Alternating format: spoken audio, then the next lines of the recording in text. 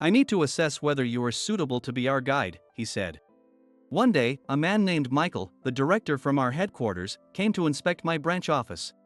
He was a firm believer in the importance of educational background and immediately started evaluating me, the person assigned to guide him. Assess? Yes. Which university did you graduate from? Ah, I'm sorry. I only have a high school diploma. As I responded with some confusion, Michael's face turned red with anger. What? A high school graduate is the tour guide? Yes, that's right. Is there a problem with that? It's absolutely unacceptable for someone like you, a mere high school graduate, to handle this. How impolite. Excuse me? I graduated from T University and now I'm the director. If you're going to assist me, call someone with a better education that matches mine. Well, that's if there is anyone like that in this branch. Michael smirked and repeatedly insulted me in a blatant manner. Just then, his phone rang. The caller was someone unexpected. My name is Oliver. I'm a 26-year-old office worker. Ever since I was small and physically weak, I was often bullied during my elementary school days. Looking back as an adult, those incidents don't seem so terrible, but back then, I was too timid to speak up and often found myself succumbing to the more assertive kids. I couldn't communicate well. I remember my school days. I was always pestered by a boisterous classmate who was considered a leader. Hey! Oliver! What is it, Jack? You were good at math, right? Yeah, sort of. I forgot my homework and I'm in a real bind. Can I borrow your worksheet for a bit?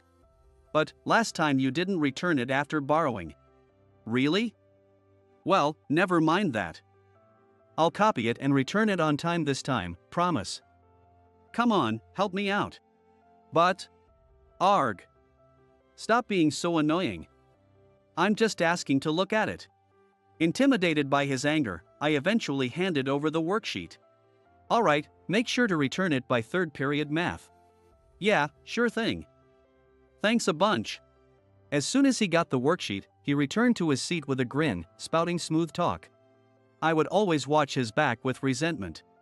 This happened repeatedly. Because I was small, I was told I couldn't eat much and often had my milk or bread taken during lunch, or I was forced to do their cleaning chores. I couldn't refuse any of it because of the pressure. Whenever this happened, I would go home nearly in tears and be comforted by my mom. While my mom was always supportive, my dad was strict. Whenever he came home late at night and heard from my mom about the bullying at school, he would come to my room to lecture me. Oliver. I heard you had a rough time at school again today. Yeah. Jack was terrible. Today he forced me to do his duty, even though I had cram school. I see. And what did you say to Jack? Huh? Did you clearly tell him, it's your turn to do it, so you should be doing it? I couldn't possibly say that. Jack is bigger and louder. Listening to my excuses, my father quietly shook his head. Oliver, I always tell you. It's very important to clearly express your thoughts to others. I know that might be true, but still. Staying silent is just like not having any opinions or will of your own. You do have thoughts and feelings, don't you, Oliver? It's all this enduring that makes things tough, my dad said. Yeah, I replied quietly. You need to communicate that to your friends properly. Do you think I can? Of course. Even Jack will understand if you explain it properly. It's important to convey what you dislike and what makes you happy. Wouldn't you be happier knowing what your friends think of you? Yes, that's true.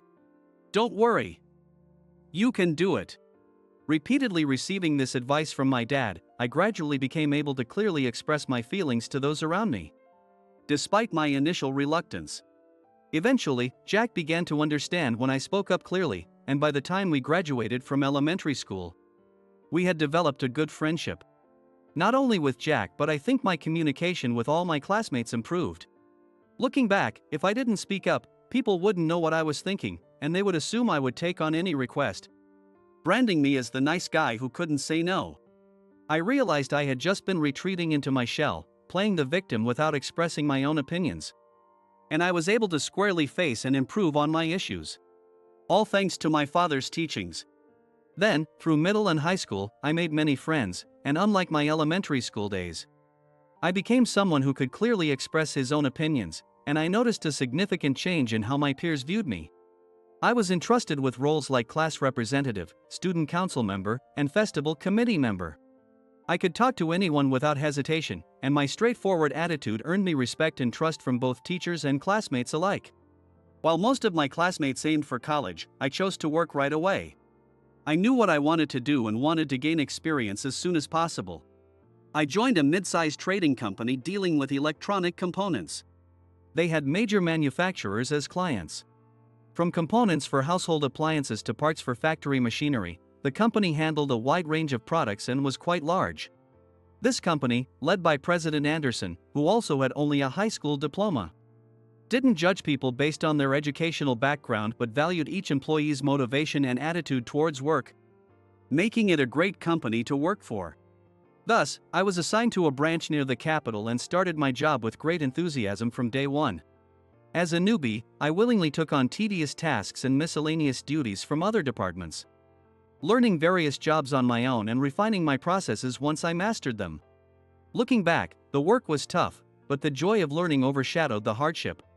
I would arrive at the office earlier than anyone else to clean, spend afternoons visiting clients, and stay late at night to handle office tasks and process invoices, nostalgic now. I also studied extensively at home to memorize a vast amount of information about parts. My first year was incredibly challenging but fulfilling. 8 years have passed since then, and my work at the branch was recognized, and I steadily built my career. The corporate relationships I had established as a newcomer expanded, turning several clients into crucial accounts for the company, and recently, I've been invited to more meetings and reporting sessions for all branches, leading to very busy days. This morning, I attended a strategic sales meeting at the headquarters with top performers from all branches. The meetings, where we discuss company challenges and strategies every 3 months, are immensely meaningful and enjoyable.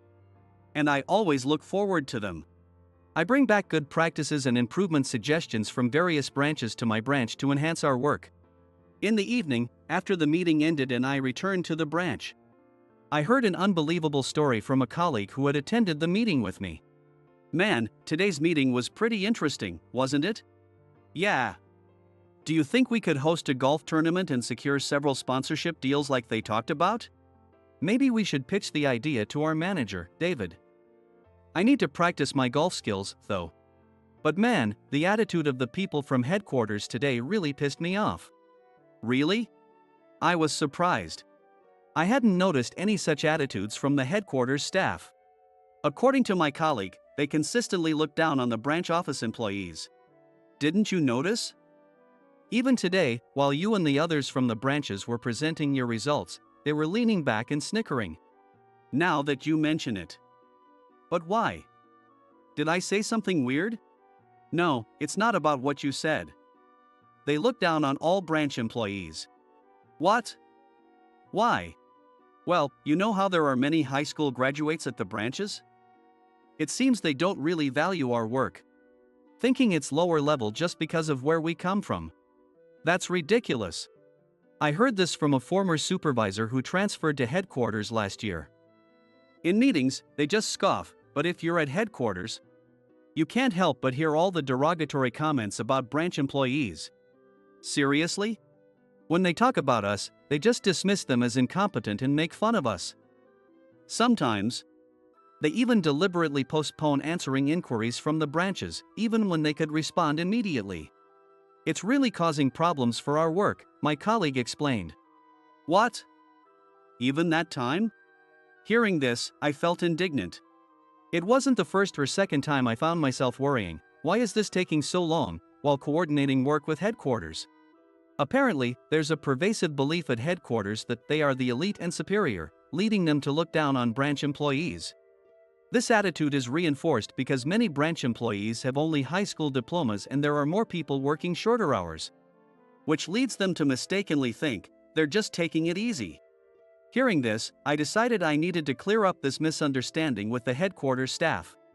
After the next meeting at headquarters, I secured some extra time to present the performance of all the branches.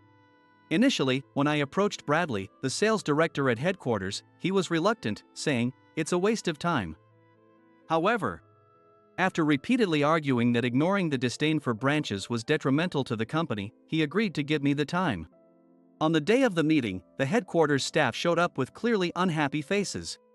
Despite the unpleasant atmosphere in the conference room, I handed out the documents with a smile and took the floor. "Thank you for giving us your time after the meeting today," I began. "We're busy. Make it quick." "Of course. Please look at the materials in front of you," I continued, guiding them through the documents I had prepared for the day. These documents succinctly showed how much the branches were earning and how their diligent customer follow-ups contributed to the company's profits. I also displayed a breakdown of branch staff by educational background and workload, including the roles of part-time employees, with graphs to show that even when calculating cost performance based on sales results, everyone was actively contributing and achieving solid results. I also presented research data proving that educational background and job performance are not correlated. As I concluded the presentation, the headquarters staff listened intently with a solemn demeanor. Feeling confident, I addressed the purpose of today's presentation. Lately, even employees like me at the branches are hearing about how headquarters staff belittle our work. You're aware of this, right, Bradley? Well. I also heard the slander that we, mostly high school graduates, only do easy jobs. Well, that's... As you can see, at the branches, whether high school or college graduates, everyone, including part-time office workers, is united in contributing to the company's profits. I hope this presentation helps all of you at headquarters rethink how you view the branches. I urge you, Bradley and everyone here, not to overlook but to improve the condescending attitude towards the branches. With that, I made my plea. Bradley and the rest of the headquarters staff, having seen the figures documenting the contributions of branch employees, apologized, admitting they were unaware of our achievements. "I'm sorry. I knew there was a culture of belittling the branches at headquarters, and I ignored it. In fact, I might have been guilty of underestimating the branch work myself based on misguided assumptions. It's truly shameful, Bradley. But this presentation has been an eye-opener. Far from deserving ridicule, the idea of harassing you in your work is utterly unacceptable. I'm glad you understand. From now on, I promise to change the mindset at headquarters so that there is no discrimination between headquarters and branches. And we will work together more cooperatively." Everyone here got that? Responding to Bradley's query, the headquarters staff nodded affirmatively. Thank you. Thus, my presentation was a great success. I returned to the branch with a spring in my step and shared the outcome with my colleagues and supervisors, who were all delighted. I hope this makes interactions with headquarters smoother. Since Bradley promised, it will surely improve. Yeah. If it makes work easier, we'll have to cooperate with the folks at headquarters and strive for even greater achievements.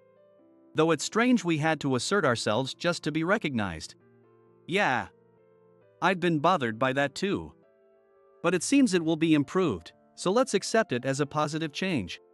Several months later, an incident occurred. Under the pretext of understanding the inner workings of the branch, a person named Michael, the director from headquarters, came to visit.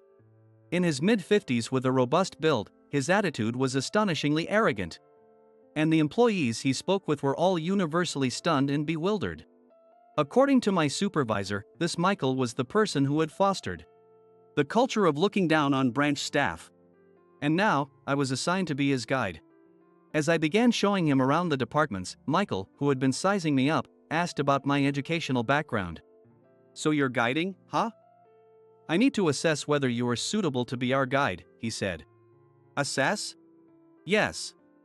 Which university did you graduate from? I'm sorry. I only have a high school diploma.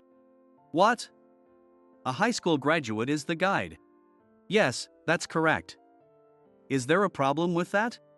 For someone like you, a mere high school graduate, to handle this is utterly inappropriate. Excuse me? I graduated from T University, and now I'm the director here. If someone is going to assist me, it should be someone with a better education that matches mine. Well, if there's anyone like that here at the branch. Michael smirked and blatantly ridiculed me. From then on, during the inspection period, I was subjected to various forms of harassment. He treated me like a lackey, demanding I buy him cigarettes or fetch the car, along with other unrelated chores. He also escalated his derogatory remarks about me at every opportunity. Of course, the people at the branch were angry at Michael's arrogant behavior, but since he was in a much higher position, they couldn't openly criticize him. Then one day, as soon as I arrived at work, I was called in and subjected to a tirade, but then Michael's phone rang. "Yes, this is Michael." He answered the phone with a smile I had never seen before. It was apparently a call from President Anderson. "President Anderson. What can I do for you?" Yes. "Of course, I am currently inspecting the branch." "Eh? Oliver?" "Yes, he's right here." "You want me to put him on speaker and hand him the phone?" Yes, I understand." While talking to President Anderson, Michael smirked at me and, putting his phone on mute briefly, spoke to me. "President Anderson wants to talk to you." "What could he want with someone like you? Maybe he's going to fire a useless high school grad like you? Well, it would be better for the company if you were gone. Here, take the phone, and make sure you respond properly." "Yes. Hey everyone, come here. Watch this guy get fired directly by President Anderson." Saying this, Michael took the phone off mute, turned on the speaker, and thrust it at me. As a few concerned colleagues gathered around, I took the phone from Michael. "Hello, this is Oliver speaking." "Oliver. I'm sorry to have put you in such an unpleasant position." At the initial exchange, Michael looked puzzled. "It's unfortunate, but I couldn't entrust this role to anyone else. And it's for the company's good." "That's right. Thanks to you, I've come to understand the reasons for the bad atmosphere at headquarters." I didn't want to believe it. But it's regrettable. Everything I've reported is as I've observed firsthand over the past week. One should have capable sons like you. At President Anderson's words, Michael, who had been smirking confidently, suddenly turned pale with shock. In fact, I was President Anderson's son. My desire was to succeed my father and further grow the company. That's why, instead of going to university, I chose to gain work experience by joining the company. Having worked from the ground up at the branch, I had recently started to frequent headquarters and reported the negative atmosphere there to my father without concealment. "So, you're President Anderson's son?" "Yes. I have been at this branch as part of my training, but I cannot tolerate the disdain shown by headquarters staff toward the branch. And I have reported your behavior as one of the causes." "What?" As Michael turned pale, I smiled smugly. "You've ridiculed me a lot, haven't you? Saying a high school graduate was incompetent. If I can't work, I should at least go buy your cigarettes." "Right. You were joking about getting fired by President Anderson." Well. I'm terribly sorry. I didn't know. I would never have said such things if I had known." "So you wouldn't have said it if you knew I was President Anderson's son?" "Of course not. Don't be absurd. Judging people only by their educational background or title, and you'd ridicule them if they weren't the president's son. No one deserves to be treated that way. Please, forgive me." Michael collapsed to the ground, trying to appeal to me pitifully, but I brushed off his hand. Then, still on speaker, President Anderson's calm voice could be heard. "Michael. We have no need for someone like you in our company. President Anderson. Please. I'll say it again. You're fired." "That's unbelievable." Thus, Michael staggered out of the branch with unsteady steps. I later heard that he headed straight to the headquarters. However, by the time he arrived, his seat at the headquarters had already been removed. While Michael was inspecting my branch, the headquarters was already conducting an inquiry into his behavior due to his negative stance on branch contributions and the friction he caused with various people. It was discovered that Michael had been taking credit for some of the achievements of the branch staff. His previous arrogant behavior and actions that constituted harassment towards subordinates and colleagues had come to light. And to make matters worse, the report I submitted reached President Anderson, which was the final straw. Thus, Michael, who had been poisoning the company's atmosphere, was ousted from the company. After Michael left the company, discussions were held among all employees on how to build a system to prevent similar incidents in the future. Among various opinions, There was almost unanimous agreement that it was essential to create an open work environment where everyone could speak freely. It was decided to establish an internal reporting system where HR would handle any instances of oppressive behavior that could stifle employees, reinforcing that it is crucial for every employee to be able to express their opinions freely. Slogans to this effect were also posted around the workplace. The company is made up of each and every employee. As a result, all employees' contributions began to be properly recognized, interactions between headquarters and branches increased, and we were able to undertake large projects that had been difficult for branches to handle alone. The company's performance is currently on an upward trajectory. I intend to continue expressing my opinions clearly, listening attentively to others, and fostering mutual understanding to maintain positive communication.